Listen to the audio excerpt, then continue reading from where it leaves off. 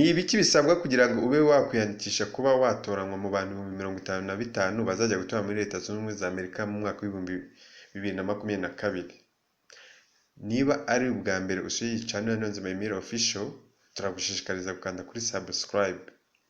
Ushaka gukanda no kunzogera kugira ngo ubutaha ikiganiro tuzanyuzaho nacyo kizakugeraho igihe.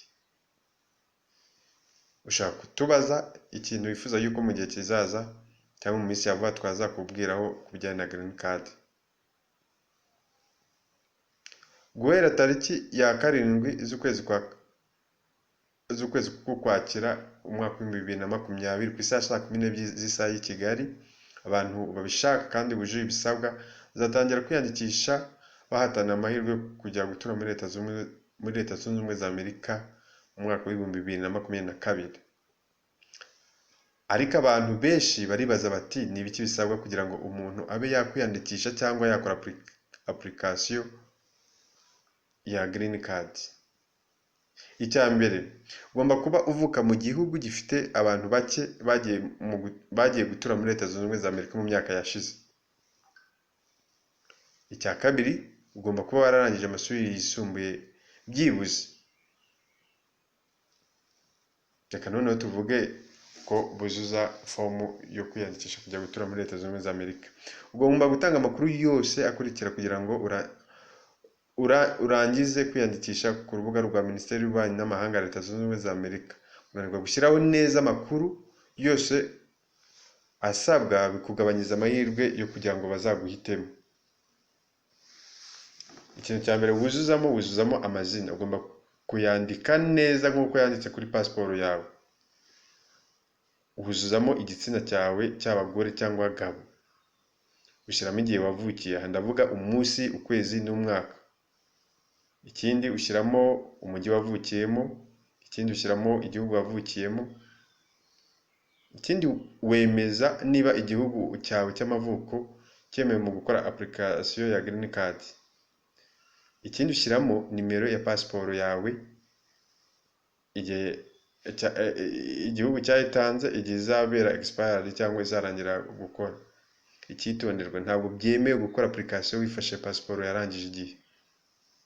Ushyiraho ifoto itarengeje amezi 6, ifoto mu buryo bwa digital. Ushyiraho adresse ubarizwaho. Iyi ni adresse nk'umuntu uri mu mahanga ashaka koherezaho ubutumwa. Ushyiramo igihugu ubamo. Ushyiraho nimero ya telefone.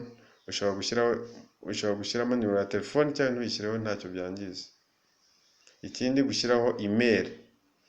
Email uyikoresha nyuma yuko bagutoranyije uri muri bari abantu 55,000. Bityo ni ingenzi kuba wakuzuzamo email neza.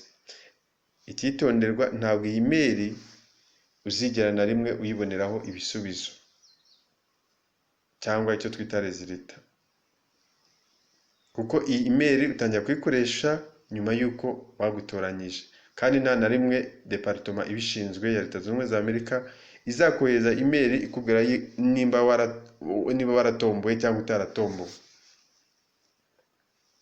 Ikindi kintu ushyiraho amashuri wize yo mu rwego rwo hejuru. Urugero, niba warize masters niyo ushyiraho. Nimba warize kugera ku cyiciro cya kabiri cya kaminuza nicyo ushyiraho. Nimba warize kugera ku rwego rw'amashuri 6 yisumbuye niyo ushyiraho. Bisobanuye yuko umuntu utarize kugeza ku mashuri 6 yisumbuye ntabwo yemerewe gukora application ya green card cyangwa uburyo bufasha umuntu kujya gutura muri Leta Zunze Ubumwe za Amerika mu buryo bwa burundu. Ikindi ushyiramo umubare w'abana ufite, baba abana bawe wabyaye cyangwa abo wadobose mu buryo bwemewe n'amategeko. Mwakoze cyane kudukurikirana. Mwumvaga Niyonzima Emile. Niba ari ubwo bwa mbere usuye iyi channel yacu ya Niyonzima Emile Official, turagushishikariza gukanda subscribe ukakanda kunzogera kugira ngo ubutaha tuzakugezaho ikiganiro cyiza. Ikiganiro cyiza tuzakugezaho kivuga ese ifoto ikoreshwa muri green card cyangwa muri diversity program iba imeze ite? Ni ibiki bisabwa kugira ngo iyo foto iboneke? Mwakoze cyane. Turagushishikariza kuba wakora share kuri iyi video ku nshuti zawe, nazo zikaba zagerageza amahirwe yo gukora application ya green card. Mwakoze cyane. Bye.